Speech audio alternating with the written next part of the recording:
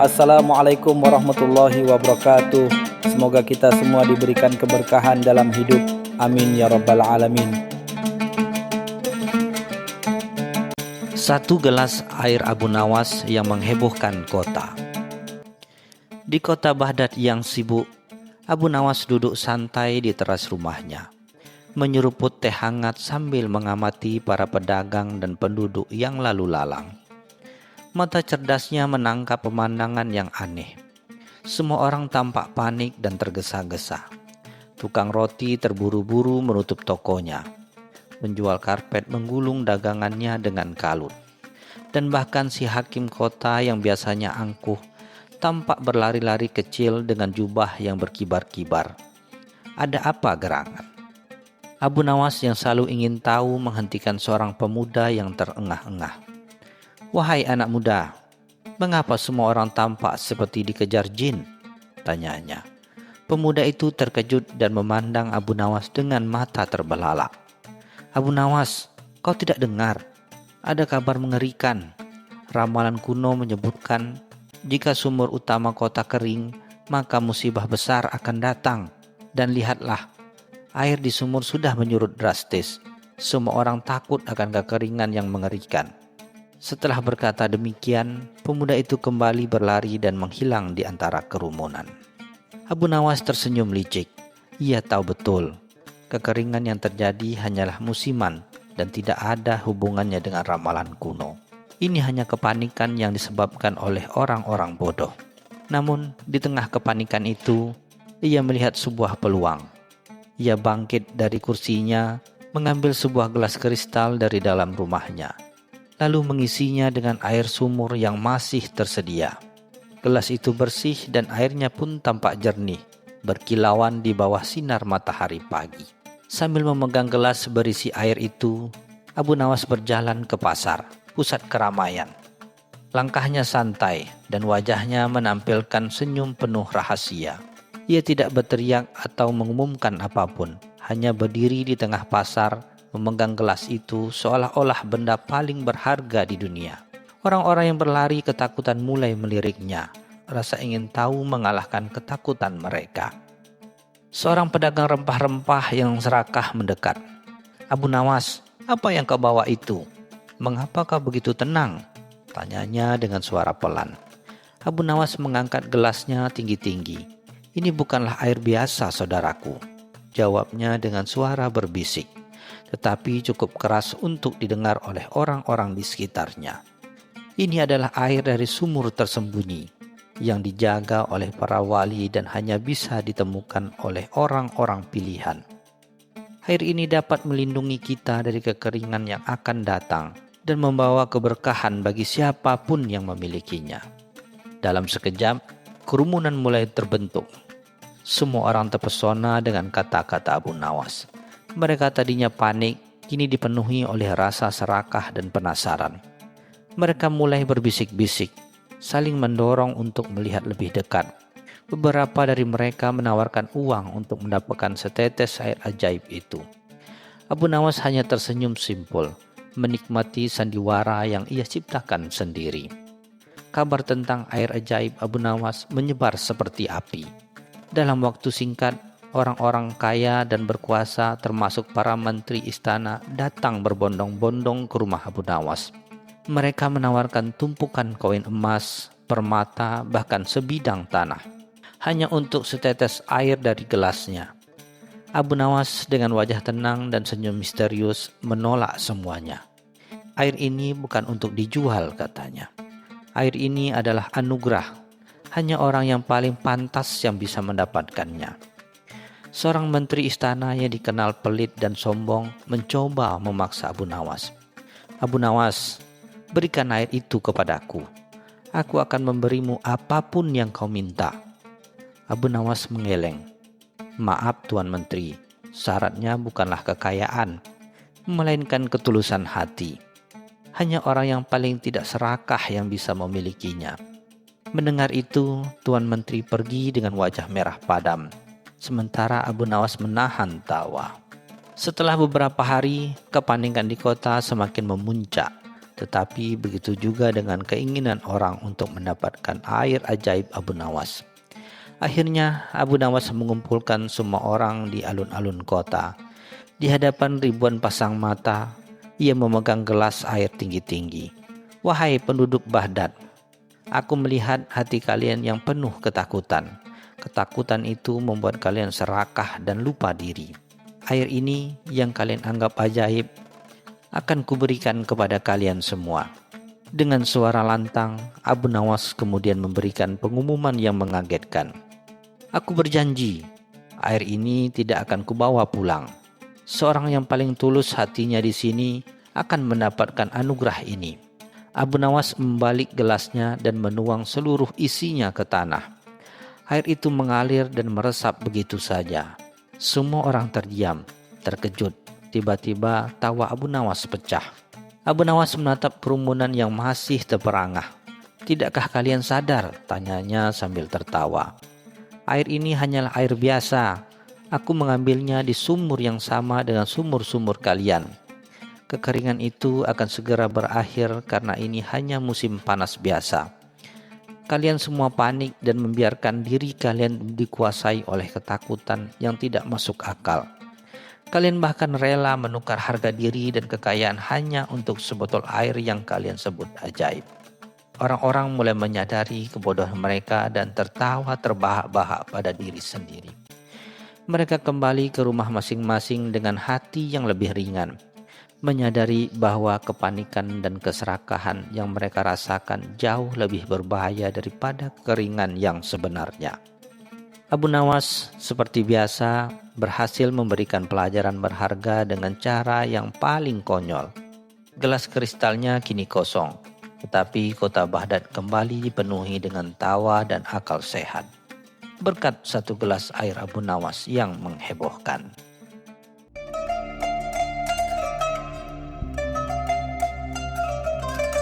Cerita selanjutnya.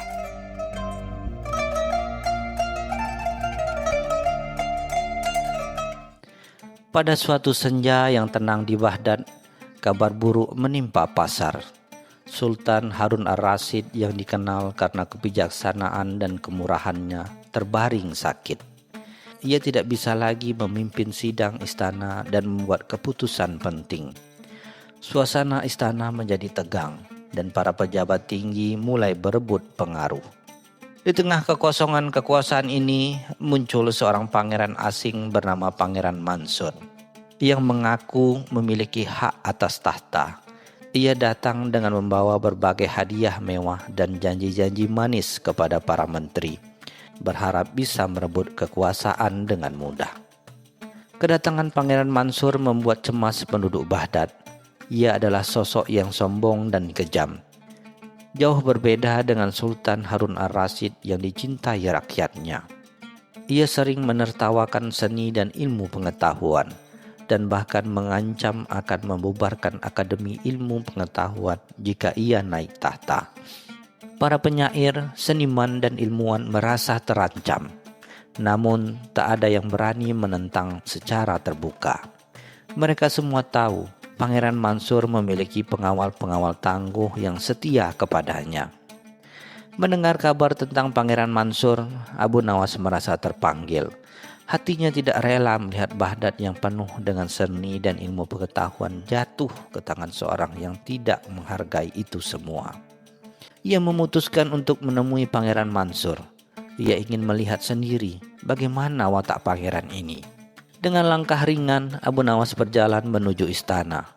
Sesampainya di sana, ia melihat Pangeran Mansur sedang tertawa terbahak-bahak sambil mengejek sebuah lukisan kuno yang indah.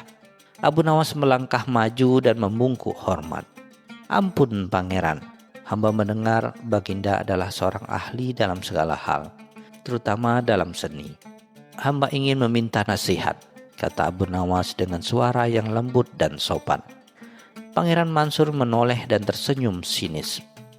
"Hamba adalah Abu Nawas, penyair yang paling bodoh di Baghdad, yang hanya bisa membuat sajak-sajak konyol," kata Abu Nawas lagi, memancing reaksi Pangeran Mansur. Pangeran Mansur tertawa. "Baiklah, apa nasihat yang kau inginkan, penyair bodoh?" Tanya Pangeran Mansur dengan nada mengejek. Abu Nawas meminta Pangeran Mansur untuk menjadi juri dalam sebuah sayembara yang ia selenggarakan. Hamba ingin membuat sayembara puisi, dan hamba ingin pangeran yang mulia menjadi juri. Hamba ingin pangeran memutuskan siapa yang paling bodoh di antara hamba dan hamba-hamba lain, kata Abu Nawas. Pangeran Mansur setuju, merasa ini adalah kesempatan untuk mempermalukan Abu Nawas di depan umum. Keesokan harinya, di hadapan banyak orang di alun-alun, Abu Nawas dan beberapa temannya berdiri di atas panggung. Abu Nawas mulai membacakan puisinya. Puisinya tentang seekor ikan emas yang ingin terbang ke bulan. Puisi itu dipenuhi dengan kata-kata absurd dan lucu, membuat sebagian orang tertawa. Namun Pangeran Mansur tidak tertawa. Ia malah merasa terganggu dan bingung. Puisi-puisi yang dibacakan teman-teman Abu Nawas pun tidak jauh berbeda. Semuanya aneh dan tidak masuk akal. Hingga akhirnya Pangeran Mansur merasa jengkel. "Berhenti, apa maksud dari semua puisi konyol ini?" bentak Pangeran Mansur. Abu Nawas menunduk hormat. "Ampun Pangeran, hamba hanya ingin menunjukkan bahwa kecerdasan tidak hanya datang dari pengetahuan, tetapi juga dari cara kita melihat dunia. Seorang yang cerdas akan menemukan makna di balik hal-hal yang tidak masuk akal," kata Abu Nawas. Pangeran Mansur semakin murka. Ia merasa dipermainkan. Ia memerintahkan pasukannya untuk menangkap Abu Nawas. Namun Abu Nawas berhasil melarikan diri dengan bantuan teman-temannya. Berita tentang perlawanan Abu Nawas menyebar di seluruh Baghdad. Rakyat mulai merasa berani. Namun Pangeran Mansur tidak menyerah. Ia menyadari bahwa kekuasaan tidak akan pernah lengkap tanpa dukungan rakyat. Ia memutuskan untuk mengadakan pesta besar dan mengundang semua orang. Ia ingin menunjukkan bahwa ia adalah pemimpin yang baik dan murah hati. Pesta itu berlangsung meriah. Ada banyak makanan lezat dan musik yang indah. Tapi semua orang merasa ada yang kurang. Mereka semua tahu bahwa Abu Nawas tidak ada di sana. Tiba-tiba seorang pengemis tua datang ke pesta. Ia meminta sumbangan dari Pangeran Mansur. "Ampun Tuan, hamba tidak punya apa-apa untuk dimakan," kata pengemis itu. Pangeran Mansur dengan sombongnya melemparkan beberapa koin emas. "Ambillah, pengemis bodoh," katanya. Pengemis itu mengambil koin itu dan pergi. Keesokan harinya, Pangeran Mansur menerima kabar bahwa pengemis itu adalah Abu Nawas. Ia marah dan merasa dipermalukan lagi. Namun, ia tidak bisa berbuat apa-apa. Ia tahu bahwa ia tidak bisa menangkap Abu Nawas dengan mudah. Ia mulai berpikir, jika ingin berkuasa, ia harus memenangkan hati rakyat. Namun, ia tidak tahu bagaimana caranya. Ia memutuskan untuk meminta nasihat dari salah satu menterinya yang paling pintar. "Bagaimana caranya aku bisa memenangkan hati rakyat?" tanya Pangeran Mansur. Menteri itu menjawab, "Tuanku, rakyat mencintai Sultan Harun al-Rasyid karena ia adalah pemimpin yang bijaksana dan adil. Ia tidak pernah mengambil keputusan tanpa berpikir panjang, dan ia selalu mendengarkan rakyatnya. Jika tuanku ingin memenangkan hati rakyat, tuanku harus menjadi seperti Sultan Harun al-Rasyid," kata menteri itu. Pangeran Mansur tidak suka dengan jawaban itu. Ia merasa menteri itu mengolok-oloknya. Ia memerintahkan menteri itu untuk dipenjarakan. Setelah Pangeran Mansur memenjarakan menterinya, ia merasa kesepian dan bingung. Ia menyadari bahwa ia tidak memiliki dukungan dari siapapun. Ia tidak memiliki teman dan ia tidak memiliki seorang yang bisa dipercaya. Ia merasa bahwa ia akan gagal. Ia memutuskan untuk kembali ke istana Sultan Harun al-Rasyid dan mengakui kesalahannya. Ia tahu bahwa ia tidak bisa berkuasa tanpa dukungan rakyat. Ia menyadari bahwa ia tidak bisa menjadi pemimpin yang baik jika ia tidak bisa menjadi orang yang paling baik terlebih dahulu. Pangeran Mansur mengembalikan semua hadiah yang ia berikan kepada para menteri. Ia meminta maaf kepada mereka semua. Ia bahkan meminta maaf kepada Abu Nawas. Abu Nawas memaafkannya. Pangeran Mansur kemudian memutuskan untuk kembali ke negerinya. Ia menyadari bahwa ia tidak memiliki hak untuk berkuasa di Baghdad. Setelah Pangeran Mansur pergi, Sultan Harun ar-Rasyid kembali pulih. Ia sangat senang melihat rakyatnya bersatu dan ia sangat berterima kasih kepada Abu Nawas karena telah menyelamatkan Baghdad dan Pangeran Mansur.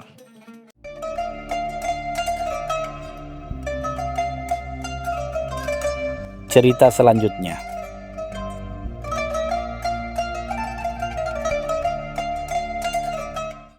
Ibarat menjilat ludah sendiri saat Abu Jahil harus memuji Abu Nawas. Udara Baghdad di suatu pagi yang cerah dipenuhi hiruk-pikuk pasar. Di tengah keramaian itu, masuklah seorang saudagar Persia yang gagah. Abu Jahil namanya, dengan rombongan unta bermuatan barang dagangan. Ia dikenal angkuh dan kerap meremehkan siapa saja yang dianggapnya tak selepel. Dengan jubah sutra berkilauan dan sorban mahal, Abu Jahil berjalan menyusuri pasar. Memandang rendah para pedagang kecil. Ia sesekali meludah sembarangan, menunjukkan arogansi yang tak terbendung. Pasar ini bau sekali. Mana ada barang berkualitas di tempat seperti ini? Gerutnya keras-keras, memastikan semua orang mendengarnya. Tak jauh dari tempat Abu Jahil berdiri, Abu Nawas sedang duduk santai di sebuah kedai kopi. Menyeruput kopinya sambil sesekali melemparkan senyum jenaka kepada para pelanggan. Ia mengenakan pakaian sederhana, namun matanya memancarkan kecerdasan dan kenakalan yang tak terduga. Sebuah rencana licik mulai terbentuk di benaknya saat ia melihat tingkah pola Abu Jahil. Abu Nawas bangkit dari tempat duduknya dan perlahan mendekati rombongan Abu Jahil. Dengan sengaja ia tersandung dan menjatuhkan beberapa buah kurma di dekat kaki unta sang saudagar. Astagfirullah, maafkan hamba Tuan. Unta ini sangat gagah.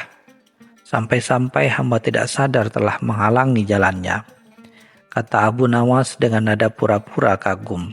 Padahal matanya melirik sekilas ke arah Abu Jahil yang mencibir. Abu Jahil menatap Abu Nawas dengan pandangan meremehkan. Hanya seorang pengemis yang ceroboh. Minggir kau, hardiknya. Namun Abu Nawas tak gentar. Ia malah tersenyum tipis dan berkata, Tuan saudagar terlalu merendah. Unta Tuan ini sungguh istimewa.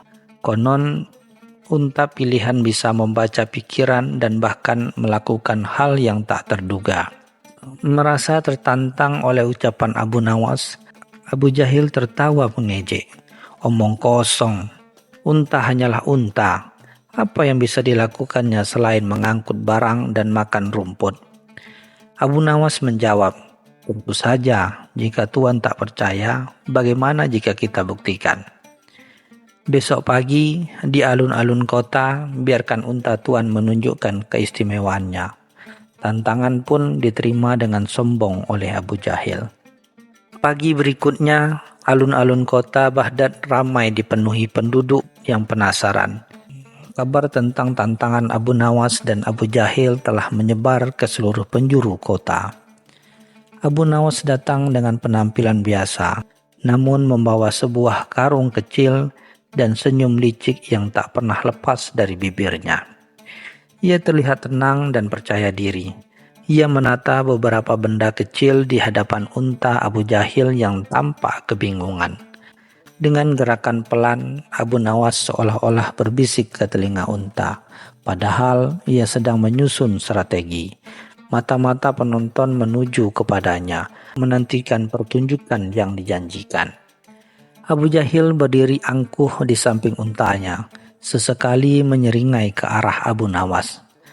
Baiklah pengemis, tunjukkan keajaiban unta itu, ejeknya. Abu Nawas hanya tersenyum simpul, lalu dengan lantang ia berkata, Wahai unta yang mulia, tunjukkan pada kami semua siapa di antara kita yang paling jujur dan berhati mulia. Mengejutkan semua orang. Unta tersebut tiba-tiba menjatuhkan lidahnya tepat ke arah sandal Abu Jahil. Abu Jahil terkesiap. Wajahnya memerah padam menahan malu dan amarah. Gelak tawa pun pecah di antara para penonton. Abu Nawas hanya mengangkat bahu, seolah berkata, "Lihatlah, unta ini memang cerdas." Abu Jahil mencoba menguasai diri. "Ia hanya kebetulan," teriaknya. Namun suaranya terdahulu gugup. Abu Nawas mendekati unta itu lagi.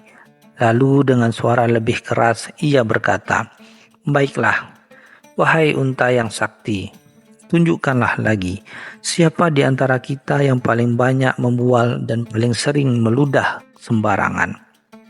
Kali ini unta itu kembali meludah, dan ludahnya mendarat tepat di jubah mahal Abu Jahil. Kali ini ludahnya lebih banyak dan mengenai bagian depan jubahnya. Sontak seluruh alun-alun meledak dalam tawa yang lebih riuh. Abu Jahil dengan jubah penuh ludah dan wajah merah padam tak bisa berkata-kata. Ia ingin menyangkal, namun bukti ada di depan mata. Ia baru saja menjilat ludah sendiri, dalam arti kiasan, karena arogansi telah dipermalukan oleh seekor unta. Keheningan sesaat melanda alun-alun setelah tawa mereda. Semua mata tertuju pada Abu Jahil yang kini tampak sangat menyedihkan. Jubahnya kotor, wajahnya pucat pasi, dan ia tak berani menatap siapapun. Harga dirinya hancur berkeping-keping di hadapan seluruh penduduk Baghdad. Ia yang selalu membanggakan diri, kini dipermalukan oleh kecerdikan Abu Nawas dan kesaksian seekor unta. Abu Jahil merasa seolah-olah seluruh dunia menertawakannya. Ia sadar tidak ada jalan keluar dari situasi ini. Ia telah sesumbar dan kini harus membayar mahal kesombongannya. Ia ingin melarikan diri, tetapi kakinya terasa lemas dan malu membuatnya terpaku di tempat. Abu Nawas mendekati Abu Jahil dengan senyum kemenangan. "Bagaimana Tuan Saudagar? Tidakkah unta tuan ini sungguh luar biasa?" Abu Jahil mengertakkan gigi, namun ia tahu ia harus mengakui kekalahannya. Dengan suara bergetar dan sangat pelan, hampir tak terdengar, ia berucap, "Baiklah, kau menang Abu Nawas. Untamu sungguh istimewa." Para penonton menahan napas. Mereka tidak menyangka Abu Jahil akan mengucapkan pujian itu. Ini adalah momen langka, di mana kesombongan harus tunduk pada kecerdasan. Abu Nawas hanya tersenyum tipis, "Bukan untukku tuan, tetapi unta tuan sendiri yang berbicara kebenaran. Ia hanya perlu sedikit bantuan untuk mengungkapkannya." Meskipun terpaksa, pujian Abu Jahil terhadap Abu Nawas menjadi perbincangan hangat di Baghdad selama berhari-hari. Sejak hari itu, Abu Jahil menjadi sedikit lebih rendah hati. Ia tak lagi meludah sembarangan di pasar, dan ia berpikir dua kali sebelum meremehkan orang lain. Pelajaran pahit itu membuatnya sadar bahwa kesombongan hanya akan berujung pada kehinaan. Sementara itu, Abu Nawas kembali ke kedai kopi favoritnya, menyeruput kopi hangat dengan senyum puas. Ia telah membuktikan bahwa kecerdasan dan humor dapat mengalahkan kesombongan dan keangkuhan.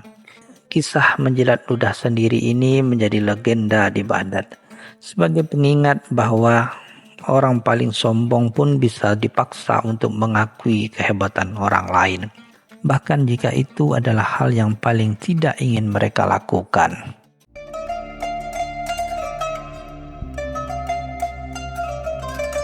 Cerita selanjutnya.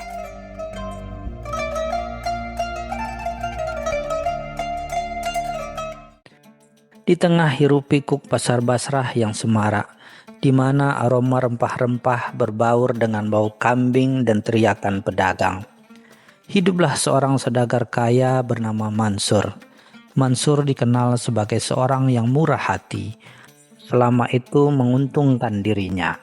Ia memiliki tumpukan dinar yang berlimpah. Didapat dari usaha jual beli kain sutra dan permata yang gemilang. Namun kemurahan hatinya itu ibarat fata morgana di padang pasir. Terlihat nyata tapi tak ada isinya kecuali jika ada kesempatan keuntungan. Suatu pagi Mansur menyelenggarakan sebuah jamuan mewah di kediamannya. mengundang para saudagar dan bangsawan untuk mempererat tali silaturahmi, atau lebih tepatnya untuk menjalin koneksi bisnis baru. Di antara keramaian itu, tampaklah Abu Nawas dengan jubah lusuh namun tatapan mata yang cerdas dan jenaka. Abu Nawas yang dikenal karena kecerdikannya daripada kekayaannya hadir bukan karena diundang secara resmi, melainkan karena ia selalu punya cara untuk menyelinap kemanapun ada makanan gratis dan cerita menarik. Saat jamuan berlangsung, Mansur dengan bangga memamerkan koleksi permata barunya.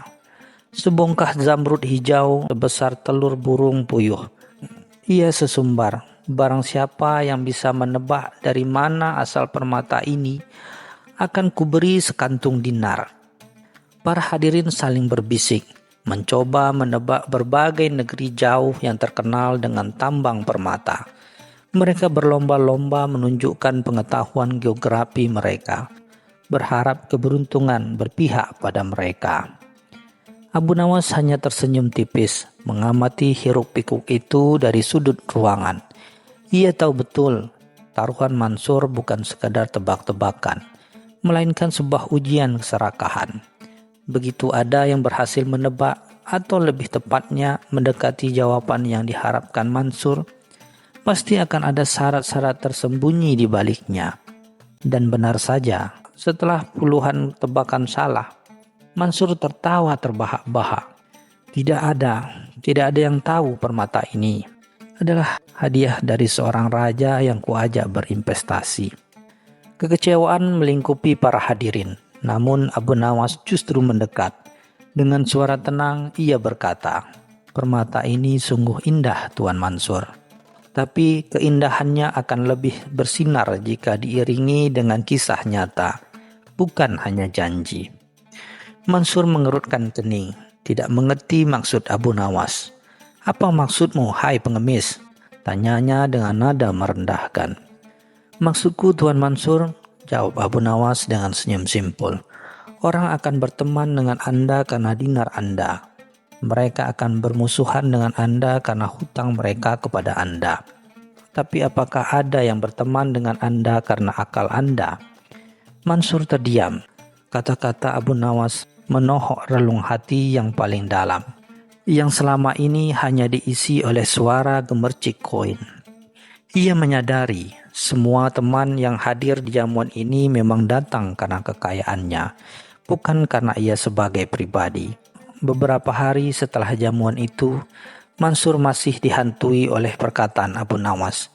Ia mulai memperhatikan tingkah laku teman-temannya. Mereka memang selalu hadir di setiap undangan, memuji-muji kekayaannya, tapi jarang sekali memberikan saran yang jujur atau sekedar mendengarkan keluh kesahnya. Keraguan mulai tumbuh di hatinya, perlahan menggerogoti keyakinan pada arti sebuah persahabatan sejati. Mansur akhirnya memutuskan untuk mencari Abu Nawas. Ia menemukan sang penyair sedang menikmati secangkir kopi pahit di sebuah kedai kecil yang ramai. "Abu Nawas," sapa Mansur dengan nada lebih ramah dari biasanya. "Perkataanmu tentang akal itu terus-terusan mengganggu pikiranku. Jelaskan maksudmu lebih jauh." Abu Nawas tersenyum, mengisyaratkan Mansur untuk duduk di sampingnya. "Tuan Mansur," kata Abu Nawas, "ada sebuah permainan catur yang sering kumainkan. Setiap bidiknya mempunyai peran. Ada raja, ratu, kuda, menteri, benteng, dan pion.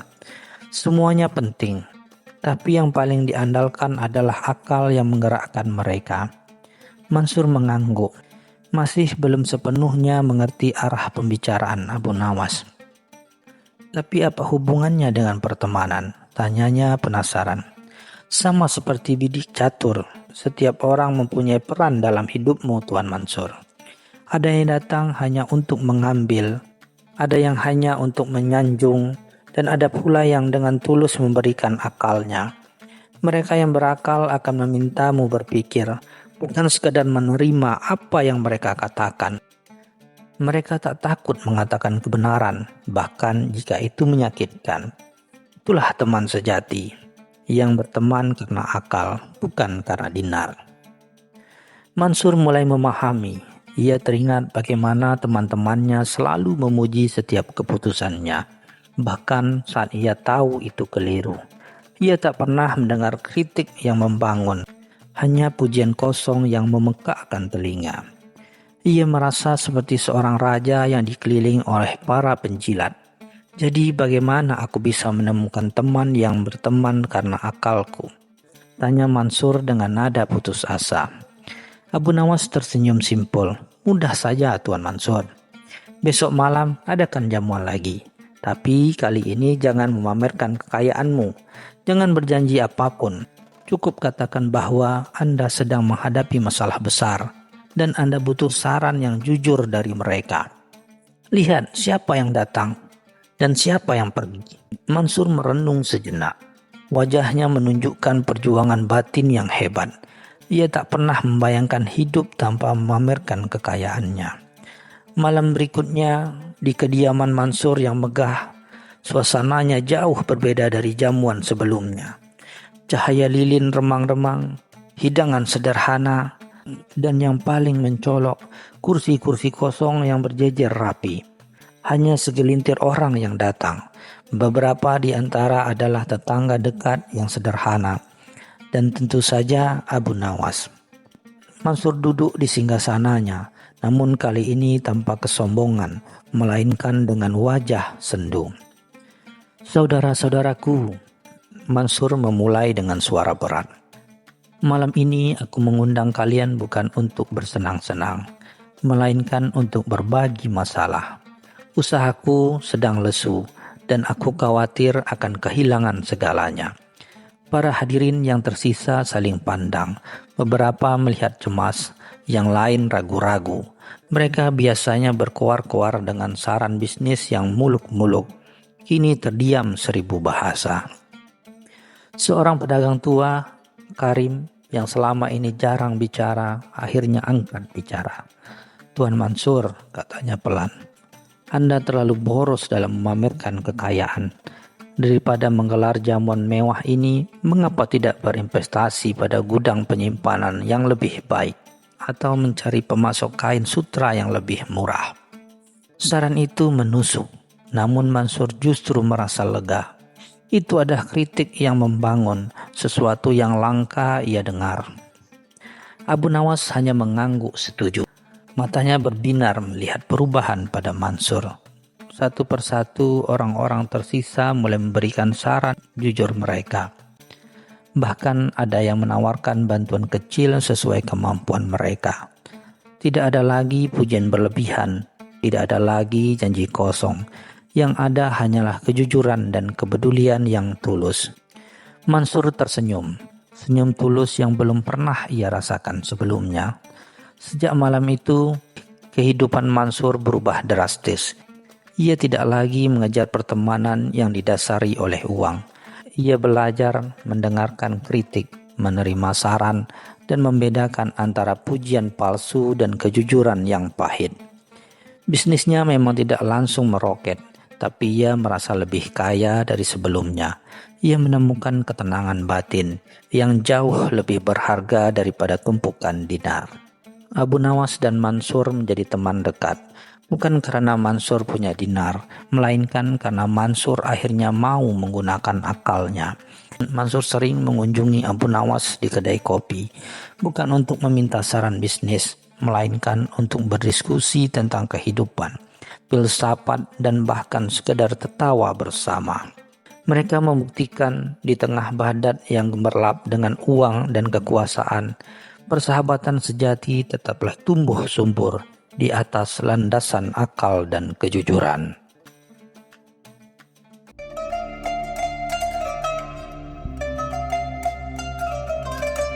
Cerita selanjutnya.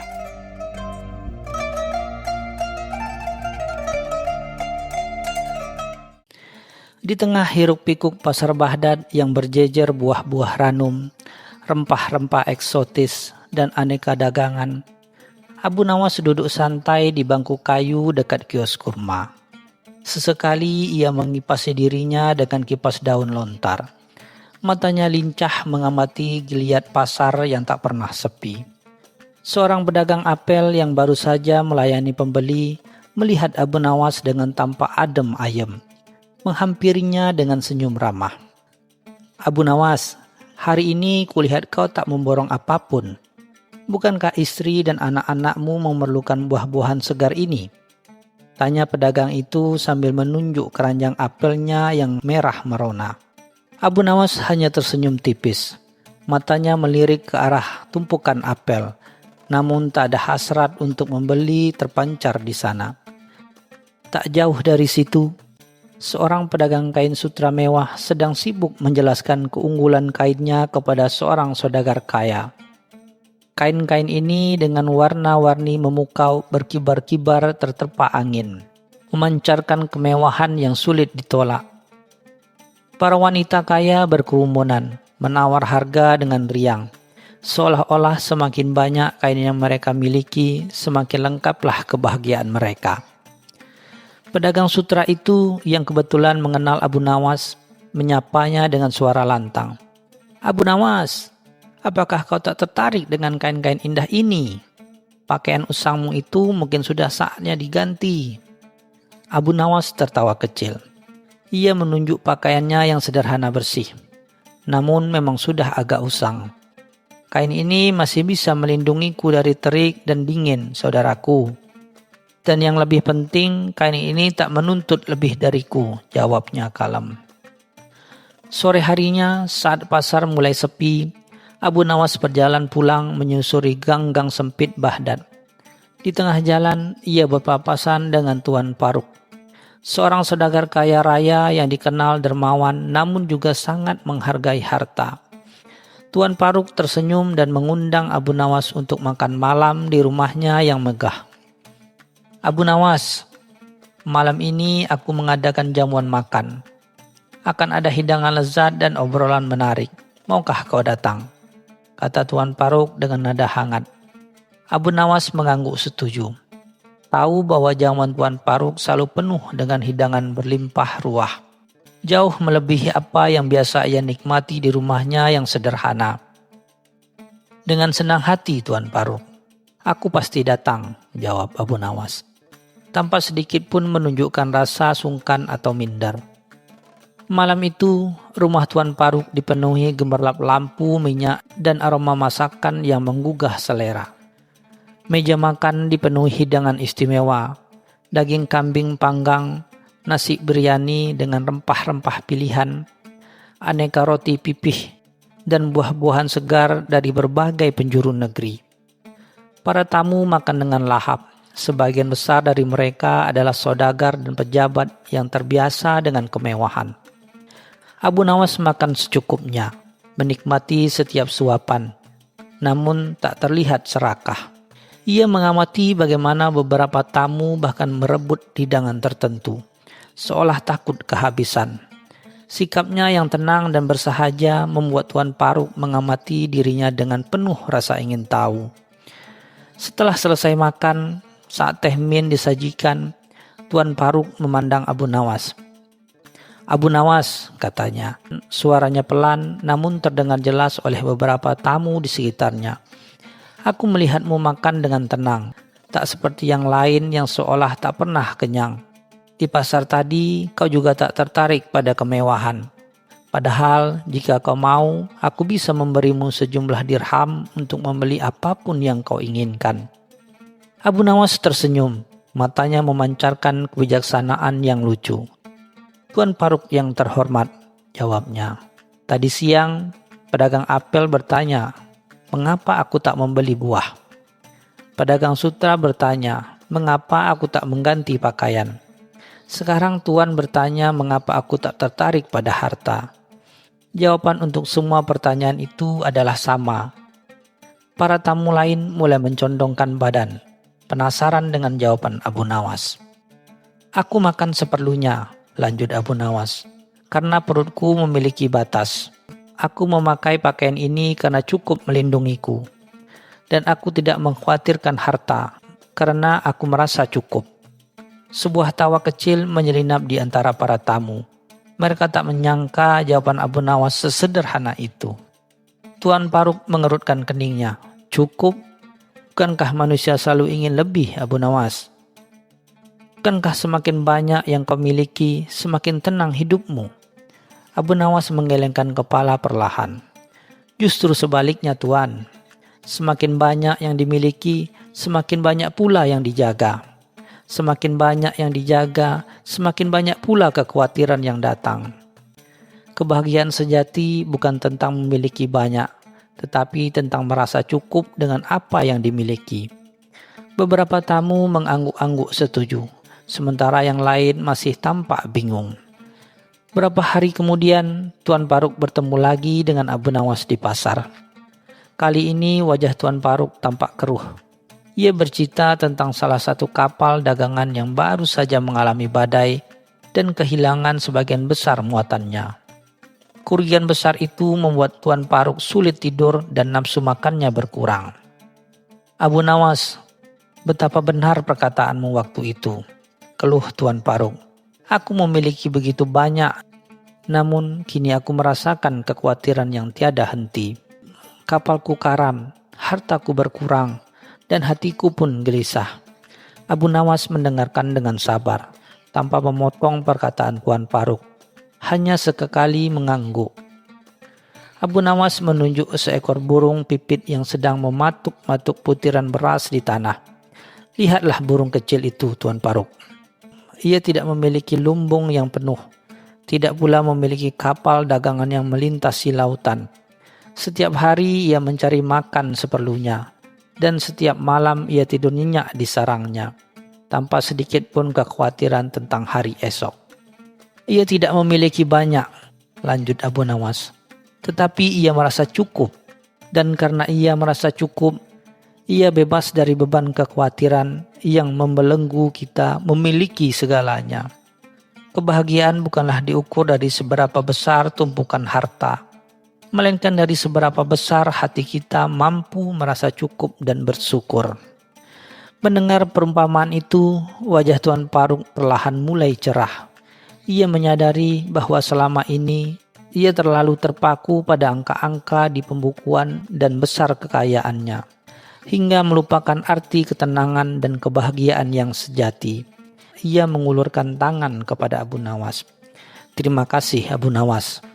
Pelajaranmu kali ini jauh lebih berharga daripada seluruh harta yang kumiliki.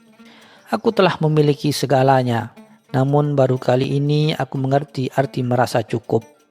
Sejak hari itu, Tuan Paruk mulai mengubah cara pandangnya tentang harta. Ia tetap berdagang dan mencari rezeki.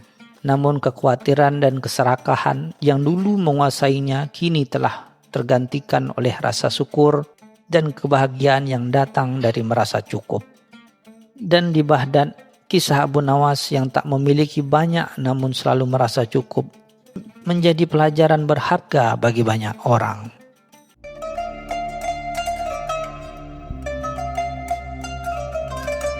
Cerita selanjutnya.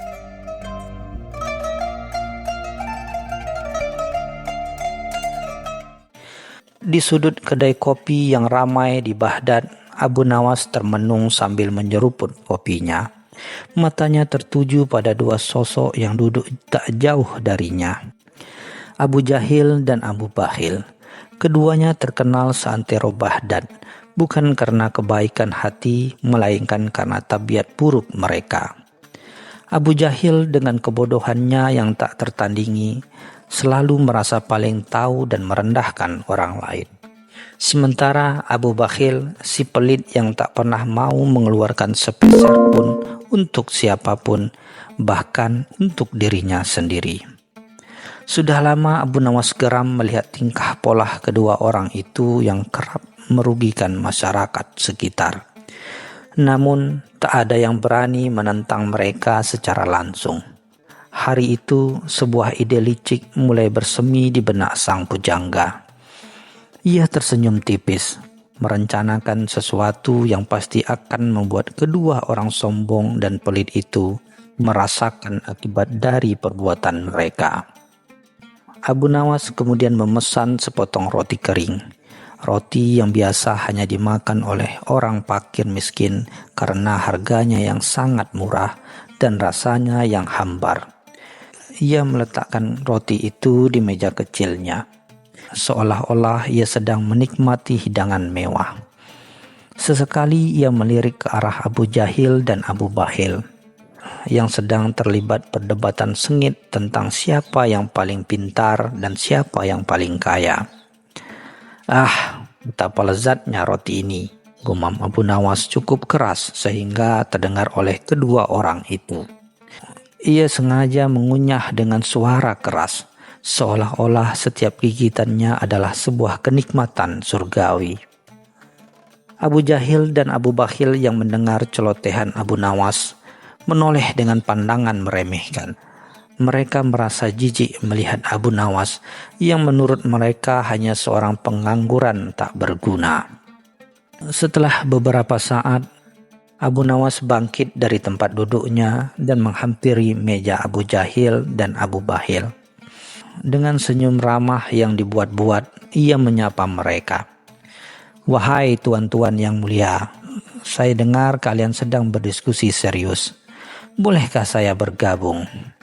Abu Jahil dan Abu Bakhil saling pandang, sedikit terkejut dengan keberanian Abu Nawas.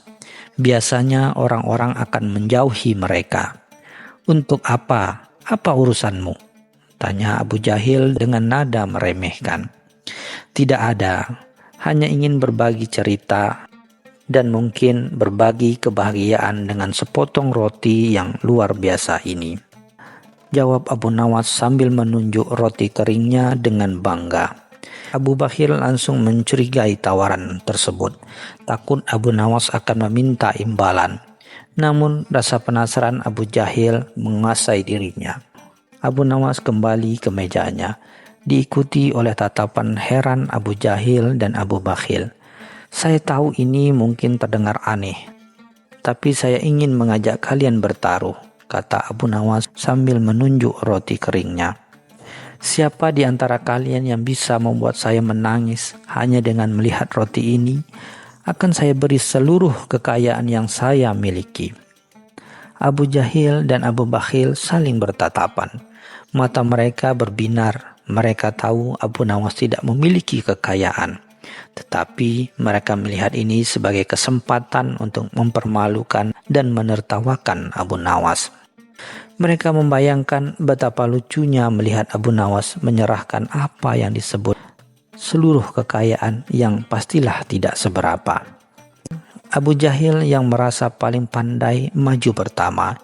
Ia mulai mengolok-olok roti kering itu, menyebutnya sampah, tidak layak dimakan, dan bahkan menuduh Abu Nawas telah membuang-buang uang untuk membeli sesuatu yang tidak berguna. Ia berharap kata-kata kasar akan menyentuh hati Abu Nawas dan membuatnya sedih. Namun Abu Nawas hanya tersenyum simpul, tidak menunjukkan tanda-tanda kesedihan sedikit pun. "Apakah itu saja? Aku kira kau lebih kreatif, Abu Jahil," ejek Abu Nawas. Abu Jahil merasa malu dan kesal. Kini giliran Abu Bakhil. Ia mencoba pendekatan lain. Ia mulai mengeluh tentang betapa mahalnya harga makanan di pasar, betapa sulitnya mencari nafkah, dan betapa borosnya orang-orang yang membeli roti kering. Ia bahkan mengklaim bahwa roti itu seharusnya diberikan kepada orang miskin daripada dimakan oleh Abu Nawas. Ia berpikir bahwa penderitaan dan keluhan akan membuat Abu Nawas menangis. Tapi sekali lagi Abu Nawas hanya tersenyum. "Kalian berdua gagal," katanya dengan tenang. "Sekarang giliranku. Kalian yang akan menangis hanya karena melihat roti ini. Jika kalian tak bisa, maka kalian harus melakukan apapun yang kuperintahkan." Abu Jahil dan Abu Bakhil tertawa terbahak-bahak, menganggap itu lelucon. Mereka yakin tidak akan ada yang bisa membuat mereka menangis hanya karena sepotong roti. "Baiklah, aku setuju," kata Abu Jahil dengan sombong. "Aku juga," sahut Abu Bakhil. Yakin tak ada kerugian baginya. Mereka tidak tahu bahwa mereka telah masuk ke dalam perangkap yang dibuat oleh Abu Nawas. Abu Nawas mengambil sepotong roti kering itu, memegangnya dengan hati-hati. Ia lalu menatap Abu Jahil dan Abu Bakhil dengan pandangan serius. "Wahai tuan-tuan, pernahkah kalian merasakan kelaparan yang begitu hebat hingga sepotong roti kering ini terasa seperti harta karun yang paling berharga?" Tanyanya dengan suara pelan namun penuh makna. Abu Jahil dan Abu Bakhil terdiam. Mereka yang selama ini hidup dalam kemewahan dan tidak pernah kekurangan, mendadak merasa terdesak oleh pertanyaan itu. Mereka mencoba mengingat, namun tidak ada satupun pengalaman kelaparan yang pernah mereka alami. Bahkan mereka tidak pernah peduli dengan kelaparan orang lain. "Bayangkan," lanjut Abu Nawas, "seorang ibu miskin yang seharian bekerja keras namun tak punya apa-apa untuk memberi makan anak-anaknya yang kelaparan. Bayangkan air mata anak-anak yang menahan lapar dan betapa berharganya sepotong roti kering ini bagi mereka." Abu Nawas melanjutkan ceritanya. Ia berbicara tentang penderitaan orang-orang miskin di Baghdad, tentang anak-anak yatim piatu yang mencari makanan di tempat sampah, dan tentang para janda yang tidak memiliki apa-apa selain harapan. Abu Jahil dan Abu Bakhil mulai merasa tidak nyaman. Kata-kata Abu Nawas menembus pertahanan kesombongan dan kekikiran mereka. Mereka tidak bisa membantah kenyataan pahit yang disampaikan Abu Nawas. Karena penderitaan itu memang nyata di sekitar mereka. Hanya saja selama ini mereka memilih untuk tutup mata.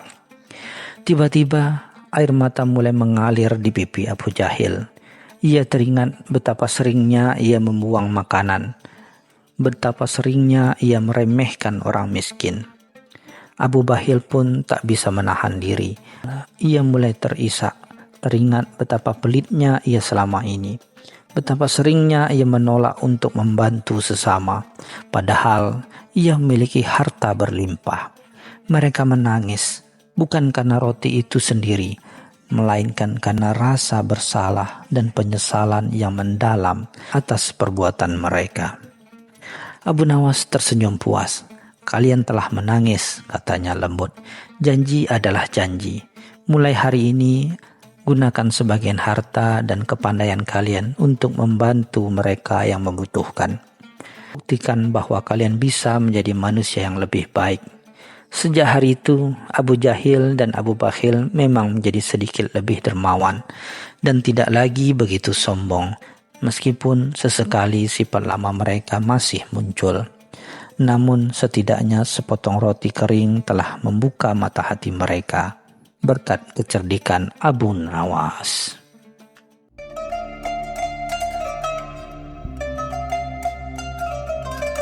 Cerita selanjutnya.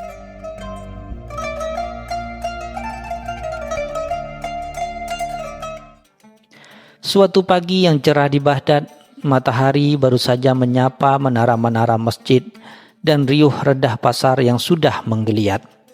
Pedagang berteriak menjajalkan dagangannya. Aroma rempah dan parfum mewah bercampur di udara.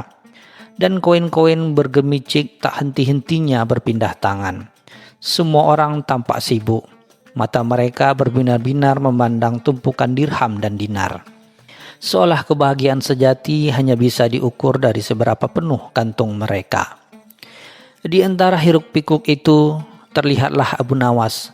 Ia tidak seperti yang lain. Dengan jubah yang sedikit usang dan senyum tipis di bibirnya, ia justru duduk santai di pinggir jalan, memperhatikan orang-orang dengan pandangan geli. Sesekali ia akan mengangkat alisnya atau menahan tawa kecil yang hampir meledak dari dadanya, seolah menyaksikan sebuah pertunjukan sandiwara yang sangat lucu. Tak jauh dari tempat Abu Nawas duduk, seorang pedagang unta kaya raya tengah berdebat sengit dengan seorang saudagar permata. Keduanya sama-sama berusaha menipu yang lain, saling merendahkan kualitas dagangan lawan dan menyanjung harta benda mereka sendiri dengan suara yang tinggi. Wajah mereka memerah, urat leher menonjol, seolah-olah harga diri mereka ditentukan oleh siapa yang berhasil meraih keuntungan terbesar dalam transaksi itu. Abu Nawas menggelengkan kepala. Ia mengeluarkan sepotong roti kering dari kantungnya, menggigitnya perlahan dan mengunyahnya dengan santai. Ia melirik ke arah pedagang dan saudagar permata itu, lalu tersenyum lebih lebar. Dunia, gumamnya pelan. Sungguh sebuah panggung komedi yang tak pernah sepi penonton. Tiba-tiba tawa Abu Nawas pecah. Bukan tawa terbahak-bahak yang kasar, melainkan tawa yang renyah dan penuh kejenakaan. Tawa yang menarik perhatian beberapa orang di sekitarnya. Seorang penjual kurma yang sendari tadi sibuk menimbang dagangannya menoleh dengan dahi berkerut. "Apa yang lucu, Abu Nawas?" tanyanya sedikit kesal, merasa terganggu oleh tawa itu. Abu Nawas menyeka sudut matanya yang sedikit berair. "Aku hanya teringat sebuah cerita," katanya. Suaranya masih terselip tawa. Seorang raja yang mengira kekayaannya akan membawanya ke surga, padahal surga itu sendiri tak bisa dibeli dengan seisi pasar ini. Ia menatap sekelilingnya, ke arah wajah-wajah yang dipenuhi ambisi dan kecemasan. Lalu tawa kecilnya kembali mengalir, lebih lembut namun tetap mengusik. Malam itu istana Khalifah Harun ar-Rasyid dipenuhi cahaya lilin dan aroma masakan mewah. Sultan mengadakan pesta besar, mengundang para bangsawan, saudagar kaya dan ulama terkemuka. Meja-meja dipenuhi hidangan lezat, musik mengalun merdu dan membincangkan tentang kekuasaan serta intrik politik memenuhi setiap sudut ruangan. Para hadirin berlomba-lomba memamerkan perhiasan dan pakaian terindah mereka, berharap mendapat perhatian dari Khalifah. Di antara keramaian itu, Abu Nawas juga hadir. Berkat reputasinya sebagai penyair dan seorang yang cerdik. Namun ia tidak seperti yang lain. Ia memilih duduk di sudut yang agak tersembunyi, mengamati para tamu dengan senyum misterius di wajahnya. Ia tak mengenakan pakaian gemerlap dan tak berusaha menarik perhatian siapapun. Seolah-olah ia adalah seorang pengamat dari dunia lain. Seorang menteri dengan jenggot lebat membual tentang koleksi kudanya yang tak tertandingi. Sementara seorang saudagar kaya lainnya menyombongkan tentang kapal-kapalnya yang berlayar hingga ke negeri seberang. Mereka berbincang dengan nada angkuh, seolah-olah kekayaan adalah satu-satunya tolak ukur kebahagiaan dan harga diri. Mereka saling melirik, membandingkan diri satu sama lain, dan dalam diam berkompetisi dalam siapa yang paling berlimpah harta. Abu Nawas mengambil segelas air kurma, menyesapnya perlahan. Ia memejamkan mata sejenak, lalu membuka matanya lagi. Mereka seperti anak-anak yang berlomba mengumpulkan kerikil paling berkilau, pikirnya. Padahal kebahagiaan sejati tak pernah berbentuk kerikil, apalagi tumpukan dirham. Ia menghela napas, sebuah napas yang lebih menyerupai tawa tertahan. Di tengah kemeriahan pesta, Abu Nawas tiba-tiba berdiri. Ia berjalan mendekati Khalifah yang sedang asik mendengarkan pujian dari seorang penyair istana. Semua mata tertuju padanya. Khalifah Harun ar-Rasyid tersenyum. "Ada apa, Abu Nawas? Adakah pantun baru yang ingin kau persembahkan?" Abu Nawas membungkuk hormat. "Ampun tuanku," katanya dengan suara tenang namun terdengar jelas di seluruh ruangan. "Hamba hanya teringat bahwa di antara semua kemegahan ini, suara yang paling merdu seringkali adalah suara keheningan." Beberapa bangsawan saling pandang, bingung dengan ucapan Abu Nawas. Lalu Abu Nawas kembali ke tempat duduknya, seolah senyum tipis tersungging di bibirnya, meninggalkan keheningan singkat yang jauh lebih bermakna daripada bualan kekayaan yang mengisi ruangan. Malam telah larut. Pesta di istana pun usai. Para tamu beransur-ansur pulang, menunggangi kuda atau tandu mereka. Masih terbuai kemewahan dan obrolan tentang dunia. Jalanan Baghdad yang ramai kini mulai sepi, hanya diterangi oleh obor-obor di beberapa sudut cahaya rembulan. Abu Nawas memilih berjalan kaki, menikmati sejuknya udara malam dan keheningan yang mulai menyelimuti kota. Ia tak terburu-buru. Langkahnya ringan, seolah beban dunia tak pernah singgah di pundaknya. Ia mendengarkan suara jangkrik, melihat bintang-bintang yang bertaburan di langit Baghdad. dan sesekali bersenandung pelan. Kontras sekali dengan raut wajah para bangsawan yang masih tampak tegang dan lelah, seolah kemewahan pesta tadi justru menguras energi mereka. Di sebuah lorong sempit yang remang-remang, Abu Nawas berpapasan dengan seorang pengemis tua. Pakaiannya compang-camping dan ia meringkuk kedinginan. Abu Nawas berhenti. Ia merogoh kantungnya dan menemukan beberapa keping dirham yang khalifah berikan kepadanya sebagai hadiah. Tanpa ragu, ia menyerahkannya kepada pengemis itu. Pengemis itu menatapnya dengan mata berbinar, mengucapkan terima kasih berkali-kali. "Terima kasih Tuan, semoga Allah membalas kebaikanmu," kata pengemis itu. Abu Nawas tersenyum. "Jangan berterima kasih padaku," katanya lembut. "Terima kasih kepada Dia yang menciptakan kemurahan hati dalam dirimu." Ia melanjutkan perjalanannya, hatinya terasa ringan, jauh lebih ringan daripada saat para bangsawan itu membual tentang kekayaan mereka. Ketika sampai di depan rumahnya yang sederhana, Abu Nawas menadah ke langit. Bintang-bintang bersinar begitu terang, seolah tersenyum kepadanya. Ia teringat kembali semua keramaian pasar, bualan para saudagar, dan kemegahan pesta di istana. Semua hiruk pikuk tentang dunia, semua ambisi dan persaingan, kini terasa begitu jauh dan tak berarti. Sebuah tawa kecil keluar dari bibir Abu Nawas. Tawa yang kali ini bukan tawa geli atau jenaka, melainkan tawa yang penuh kelegahan dan rasa syukur. Ia telah melihat dunia mengejar dunia, dan ia justru menertawakannya. Karena ia tahu harta sejati bukanlah apa yang bisa dilihat atau disentuh, melainkan apa yang bisa dirasakan dalam hati. Ia masuk ke dalam rumahnya, meninggalkan Baghdad yang perlahan terlelap dalam tidurnya, dengan senyum di wajahnya dan ketenangan di hatinya.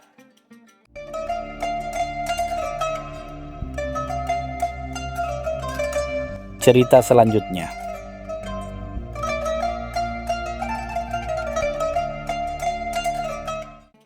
Di sebuah kedai yang ramai di Baghdad, tawa Abu Nawas meledak hingga membuat beberapa orang menoleh.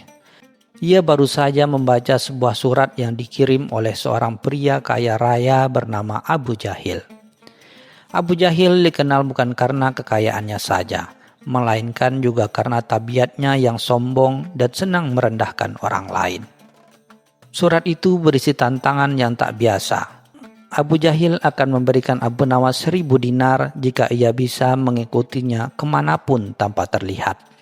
Namun jika Abu Nawas gagal, ia harus bersumpah untuk tidak lagi mengganggu Abu Jahil seumur hidupnya. Abu Nawas tersenyum licik. Bagi orang lain, tantangan ini mungkin terdengar mustahil. Bagaimana mungkin seseorang bisa mengikuti orang lain tanpa terlihat? Namun bagi Abu Nawas, ini adalah kesempatan emas untuk memberi pelajaran kepada Abu Jahil yang angkuh. Ia segera membalas surat itu dengan tulisan yang singkat namun penuh makna. "Abu Jahil, siapkan 1.000 dinar Anda. Bayangan Anda akan segera datang." Balasan itu dikirim kembali dengan tergesa-gesa, dan Abu Nawas pun mulai memikirkan rencana jahilnya.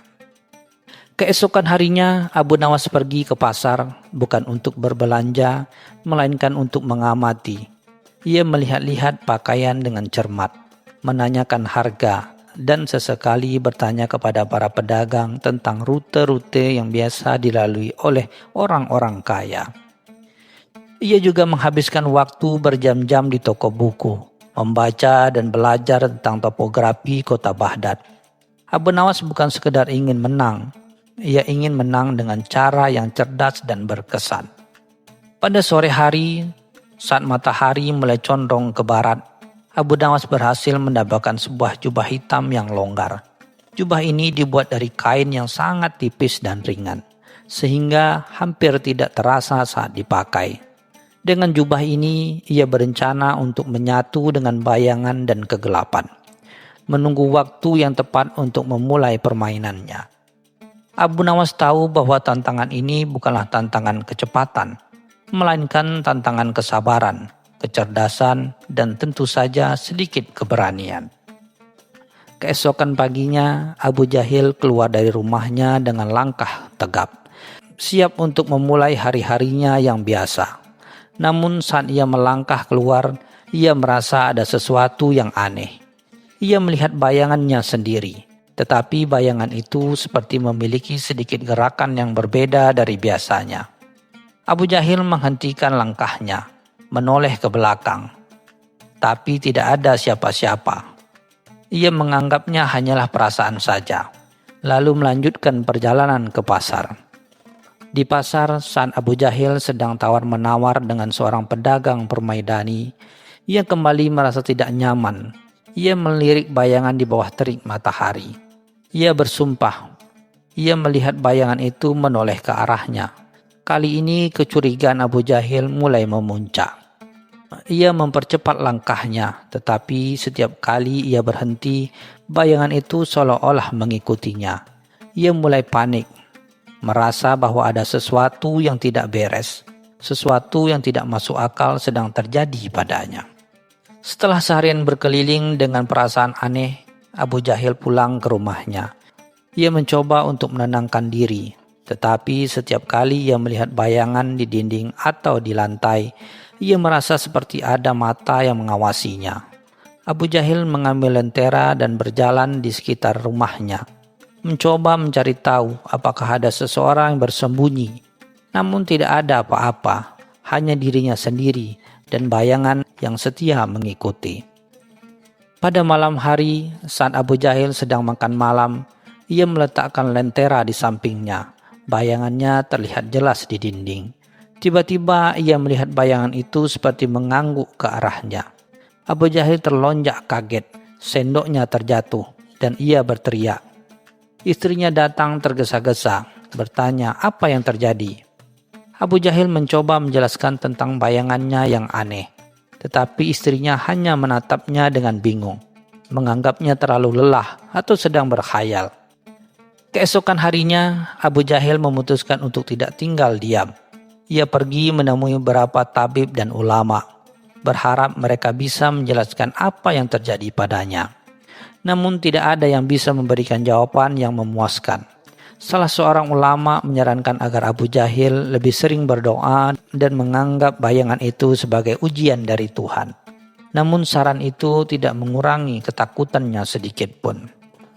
Saat ia kembali ke rumah, Abu Jahil mengambil semua lentera yang ia miliki dan menyalakannya, meletakkannya di setiap sudut ruangan. Ia berpikir, jika ia tidak bisa melihat bayangannya, maka ia akan merasa lebih tenang. Namun saat ia menyalakan lentera terakhir, ia terkejut. Tiba-tiba semua lentera lain mati. Abu Jahil mengambil lentera yang ia pegang dan mencoba menyalakan yang lain, tetapi tidak ada satupun yang mau menyala. Ia mulai menyadari bahwa ini bukanlah hal yang biasa. Pada malam itu, Abu Jahil tidak bisa tidur. Ia duduk di kamarnya yang gelap, ditemani oleh lentera kecil yang hanya ia miliki. Tiba-tiba ia mendengar suara gemerisik dari luar jendela. Saat ia melihat ke arah dinding, ia melihat bayangan yang meliuk-liuk seperti sedang menari. Abu Jahil ketakutan setengah mati. Ia bersembunyi di balik selimutnya, berharap bayangan itu akan hilang. Namun bayangan itu tetap ada. Setiap kali Abu Jahil mencoba untuk memejamkan mata, ia merasa bayangan itu semakin dekat. Ia merasa bayangan itu menari, berputar, bahkan melompat-lompat di dinding kamarnya. Sejak malam itu, Abu Jahil tidak bisa tidur nyenyak. Setiap kali ia mencoba, bayangan itu muncul dan membuatnya ketakutan. Tidurnya terganggu dan ia mulai merasa lelah dan putus asa. Setelah 7 hari 7 malam tidak bisa tidur, Abu Jahil tidak tahan lagi. Wajahnya pucat, matanya merah, dan ia terlihat sangat lesu. Ia merasa seperti akan gila. Ia akhirnya memutuskan untuk mencari Abu Nawas. Ia pergi ke rumah Abu Nawas dengan langkah gontai, dan saat sampai, ia melihat Abu Nawas sedang duduk santai di halaman rumahnya sambil menikmati secangkir teh. Abu Jahil langsung berlutut di hadapan Abu Nawas dengan memohon ampun. Abu Nawas, ampunilah aku. Aku tidak bisa tidur selama 7 hari 7 malam. Aku melihat bayanganku sendiri menari, melompat, bahkan meliuk-liuk di dinding kamarku. Aku tidak tahu apa yang harus aku lakukan lagi. Ambil 1.000 dinar itu, tapi tolong kembalikan ketenangan hidupku. Abu Jahil menangis dan memohon dengan tulus. Abu Nawas tersenyum dan membuat Abu Jahil berdiri. Ia menjelaskan bahwa ia tidak pernah menggunakan sihir atau hal-hal mistis lainnya. Ia hanya menggunakan kecerdasan dan kelincahannya. Sebenarnya setiap kali Abu Nawas keluar rumah, Abu Nawas mengikutinya dengan cermat, bersembunyi di balik tiang, di balik pohon, bahkan di balik gerobak penjual. Ia menggunakan jubah hitam tipisnya agar ia bisa menyatu dengan bayangan Abu Jahil. Pada malam hari, Abu Nawas menyelinap ke rumah Abu Jahil, bersembunyi di luar jendela, dan menggunakan boneka dari kain yang ia sambungkan dengan tali. Ia menggunakan boneka itu di depan jendela, dan bayangan boneka itulah yang terlihat menari di dinding kamar Abu Jahil. Lentera yang mati adalah hasil dari trik sederhananya. Abu Nawas menggunakan angin dari kipas tangan untuk memadamkan api satu persatu. Dengan demikian, Abu Jahil benar-benar tidak bisa tidur karena merasa bayangannya sendiri yang mengawasinya. Abu Jahil terkejut sekaligus malu. Ia tidak pernah menyangka bahwa semua itu hanya ulah Abu Nawas. Ia mengakui kekalahannya dan memberikan 1.000 dinar kepada Abu Nawas. Namun Abu Nawas menolaknya dengan halus. Aku tidak ingin uangmu, Abu Jahil. Aku ingin kamu mengerti bahwa kesombongan tidak akan pernah membawa kebahagiaan. Terkadang orang yang kamu anggap remeh bisa jadi lebih cerdas dan lebih licik dari yang kamu bayangkan, ujar Abu Nawas sambil tersenyum. Abu Jahil menundukkan kepalanya, mengakui kekalahannya. Sejak saat itu, ia tidak lagi menjadi orang yang sombong. Ia belajar menghargai orang lain dan menjadi lebih rendah hati. Sementara itu, Abu Nawas kembali ke kehidupannya yang biasa, menikmati secangkir teh di kedai langganannya dan menunggu tantangan menarik lainnya datang. Kisah tentang bagaimana Abu Nawas berhasil membuat Abu Jahil tidak bisa tidur selama 7 hari 7 malam pun menyebar ke seluruh Baghdad, menjadi cerita yang diceritakan dari generasi ke generasi.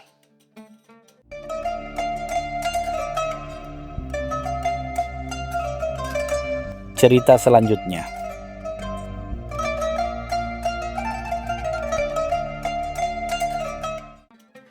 Suasana istana Harun ar-Rasyid mendadak mencekam. Para Qasim dan Dayang berbisik-bisik. Wajah mereka pucat pasi. Di hadapan sang raja tergeletak sebuah gulungan perkamen tua yang terbakar di sudutnya, berbau belerang dan asap. Raja Harun ar-Rasyid menatap gulungan itu dengan mata melotot. Dahinya berkerut dalam. Ia baru saja selesai membacakan isinya. Sebuah surat yang konon dikirim langsung dari neraka, berisi keluhan dan ancaman dari para penghuni neraka yang merasa terganggu oleh kebijakan-kebijakan raja yang dianggap terlalu zalim. Surat itu menyebutkan bahwa tawa dan sorak-sorai dari istana terdengar hingga ke ujung jahanam, mengganggu ketenangan para penghuni abadi di sana. Melihat kegelisahan di wajah para punggawa dan ketakutan sang raja, seorang menteri yang culas dan iri hati, Syekh Al-Mudzir, menunjuk Abu Nawas yang kebetulan sedang berada di sana. "Ampun tuanku, hanya seorang penyair gila seperti Abu Nawas yang mampu membuat lelucon seberani ini. Siapa lagi yang berani menyentuh perkara neraka dan tuanku raja secara bersamaan?" Tuduhannya dengan suara lantang. Seketika semua mata memandang Abu Nawas yang berdiri santai di sudut ruangan. Seolah-olah tidak ada yang terjadi. Wajah Abu Nawas tetap tenang. Bahkan ada sedikit senyum geli yang tersungging di bibirnya, membuat amarah raja semakin tersulut. Abu Nawas segera dibawa ke hadapan raja. "Abu Nawas, apakah kau yang menulis surat kurang ajar ini?" tanya Raja Harun ar-Rasyid dengan suara bergetar menahan amarah. "Atau kau punya mata-mata di neraka yang mengirimkan untukmu?" Abu Nawas pura-pura terkejut. "Ampun tuanku, hamba tidak pernah memiliki akses ke sana. apalagi punya mata-mata. Hamba hanya penyair miskin yang tidak punya bekal untuk berjalanan sejauh itu. Jawabannya dengan nada yang begitu meyakinkan, membuat beberapa Qasim sulit menahan tawa. Raja Harun ar-Rasyid yang melihat senyum geli di wajah para Qasim, memerintahkan Abu Nawas untuk membuktikan ketidakbersalahannya dalam 3 hari. Abu Nawas yang otaknya selalu berputar lebih cepat dari roda kereta, segera memikirkan cara untuk lolos dari tuduhan konyol ini. Ia mulai menyelidiki.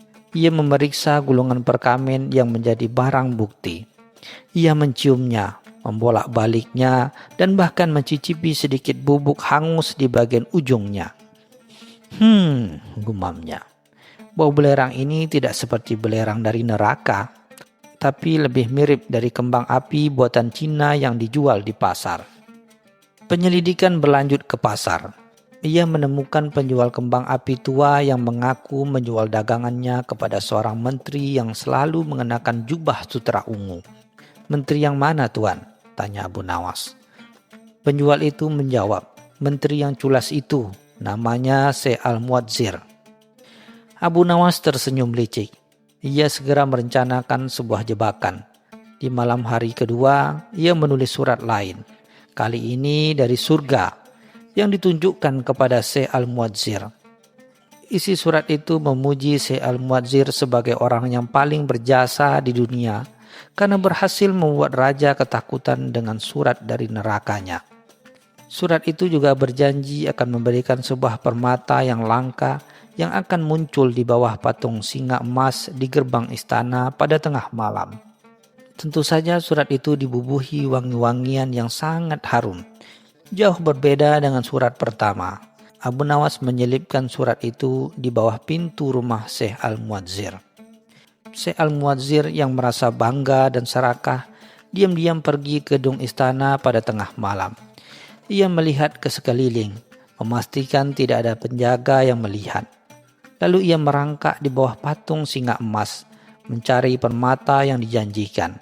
Namun yang ia temukan hanyalah sebuah gulungan perkamen kosong yang berbau belerang yang hangus.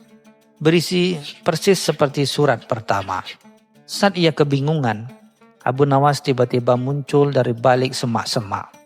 "Wahai Syekh yang mulia, kenapa Anda mencari permata di bawah patung singa pada tengah malam? Jangan-jangan Anda sedang menunggu surat balasan dari neraka?"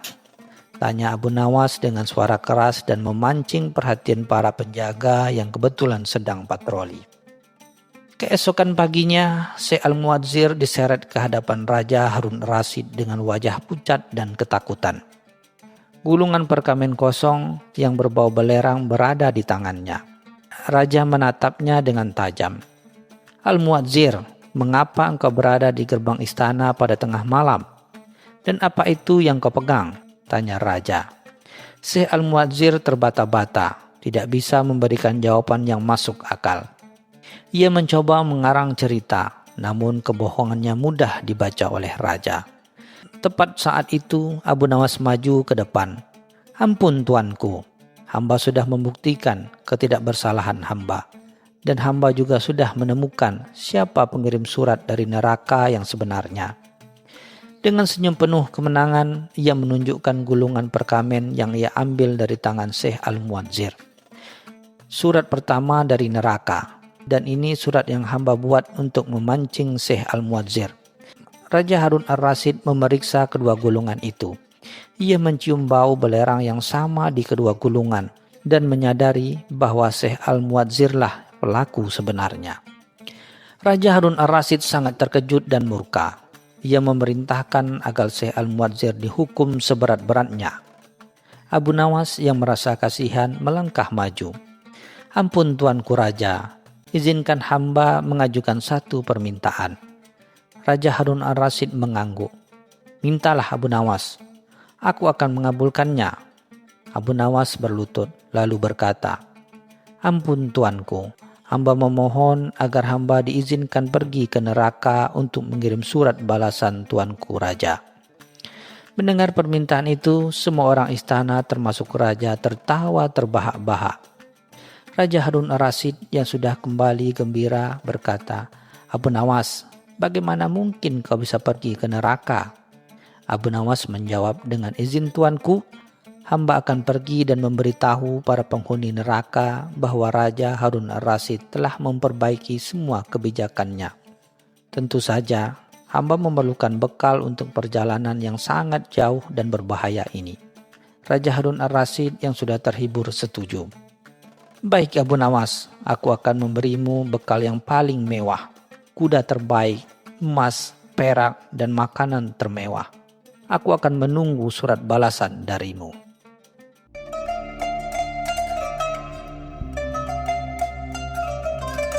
Cerita selanjutnya.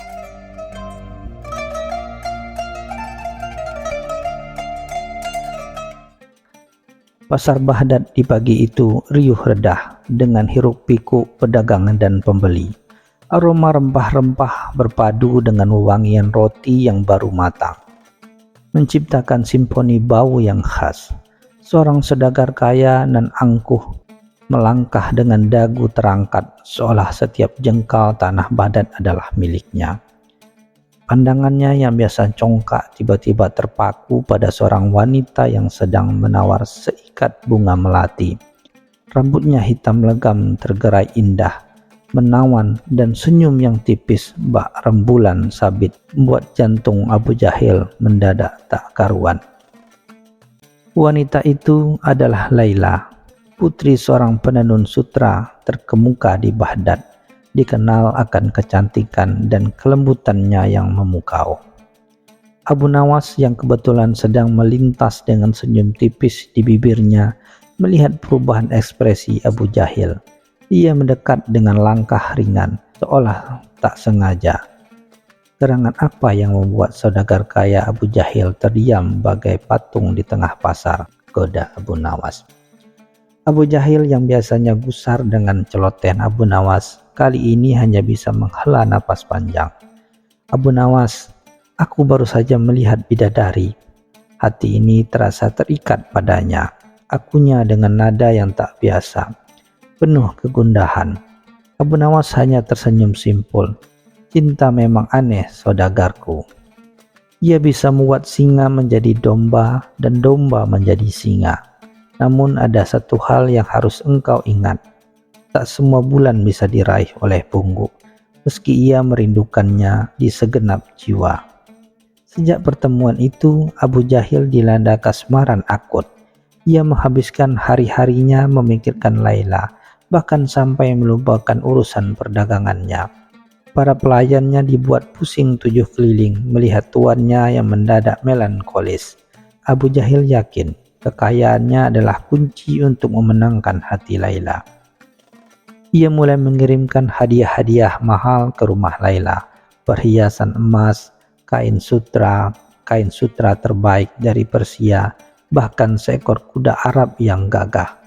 Setiap hadiah disertai dengan surat cinta berpuisi, meskipun isinya lebih mirip daftar inventaris harta benda daripada curahan hati yang tulus. Tentu saja Laila hanya tersenyum tipis menerima hadiah-hadiah itu, tanpa menunjukkan sedikit pun ketertarikan.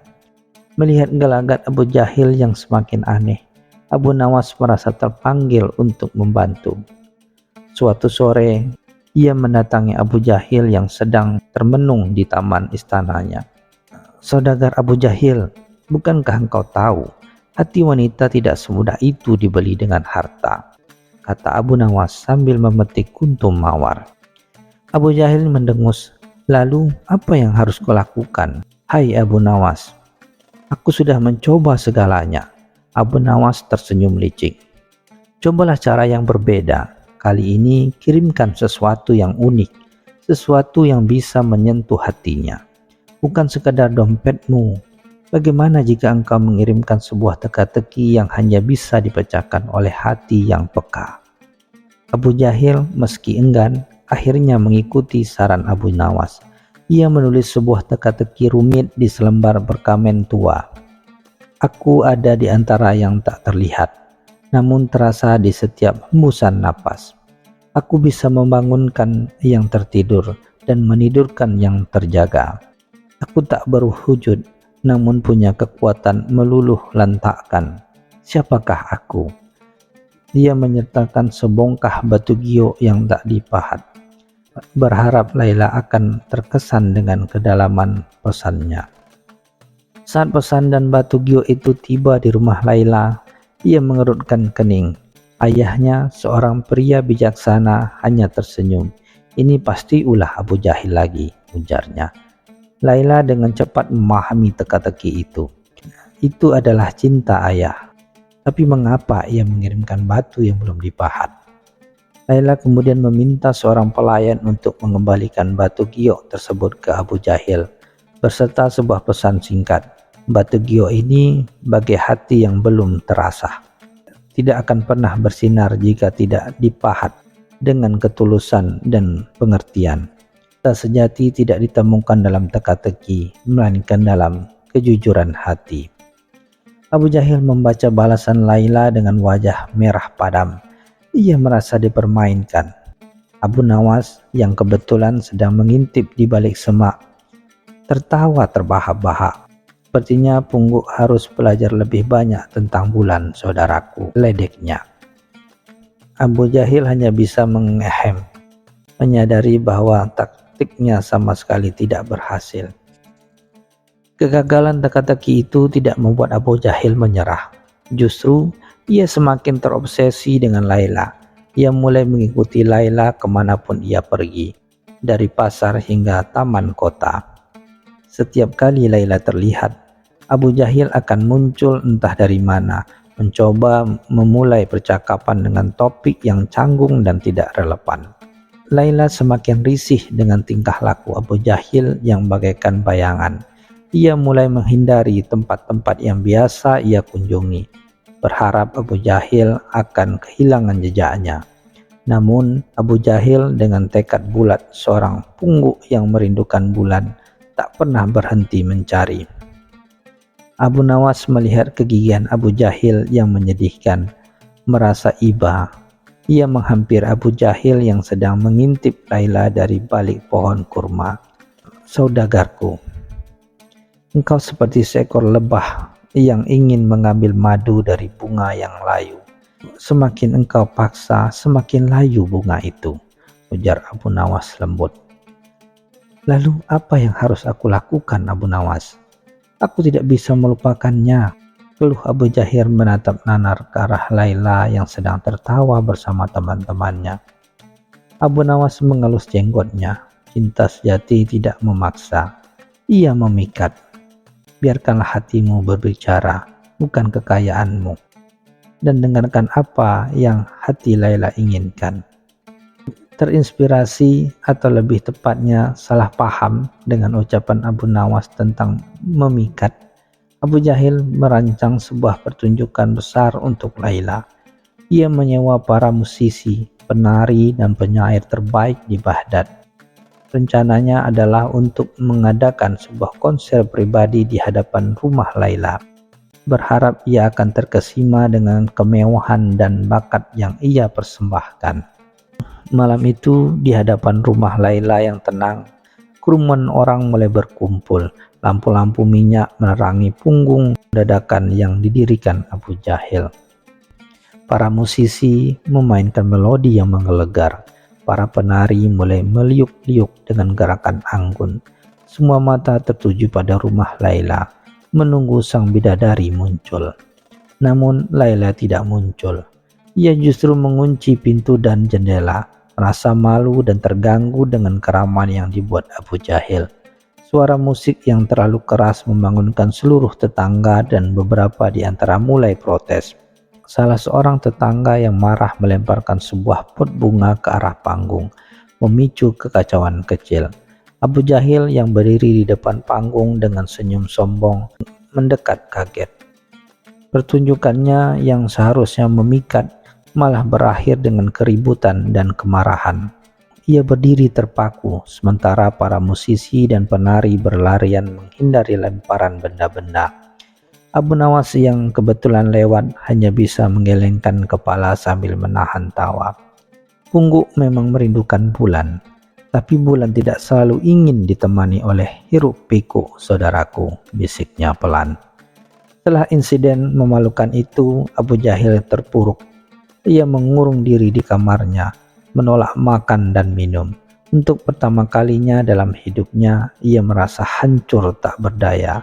Semua kekayaan dan kekuasaan terasa tak berarti di hadapan penolakan Laila. Ia mulai merenungkan setiap nasihat Abu Nawas dan menyadari betapa bodohnya ia selama ini. Ia teringat kata-kata Abu Nawas tentang hati yang belum terasah dan bunga yang layu. Perlahan sebuah pemahaman mulai tumbuh di hatinya. Mungkin cinta bukanlah tentang memaksa, melainkan tentang memahami. Mungkin Laila tidak membutuhkan hartanya, melainkan pengertian dan ketulusan. Dengan tangan gemetar, Abu Jahil menulis surat lagi untuk Laila. Kali ini tidak ada lagi puisi berlebihan atau daftar harta benda. Ia hanya menulis perasaan yang tulus, mengakui kesalahannya dan meminta maaf atas segala tingkah laku yang telah mengganggu. Ia menulis tentang bagaimana ia mulai memahami bahwa cinta adalah sebuah anugerah, bukan sesuatu yang bisa dibeli. Surat itu ia kirimkan melalui pelayan setianya, tanpa disertai hadiah apapun.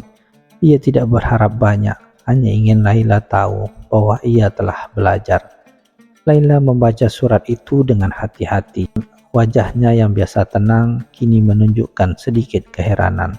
Ada ketulusan dalam setiap barisan tulisan Abu Jahil, sesuatu yang tidak pernah ia temukan sebelumnya. Berapa hari kemudian, sebuah balasan datang dari Laila. Abu Jahil membuka surat itu dengan tangan gemetar. Ia membayangkan Laila akan menolaknya lagi. Mungkin dengan kata-kata yang lebih pedas, namun yang ia baca justru membuatnya terkejut. Laila menulis, "Saudagar Abu Jahil, aku menghargai kejujuran dalam suratmu. Aku telah melihat perubahan dalam dirimu. Cinta memang tak bisa dipaksa, dan aku tak bisa mencintaimu seperti yang kau inginkan. Hatiku telah memilih jalan yang berbeda. Namun aku menghargai persahabatan dan aku harap kita bisa menjadi teman." Abu Jahil membaca surat itu berulang kali. Ada rasa sakit di hatinya, namun juga ada kedamaian. Laila memang tidak mencintainya, tapi ia menghargai persahabatan. Itu adalah sebuah kemenangan kecil, sebuah pelajaran berharga. Ia akhirnya menyadari bahwa tak semua pungguk bisa meraih bulan.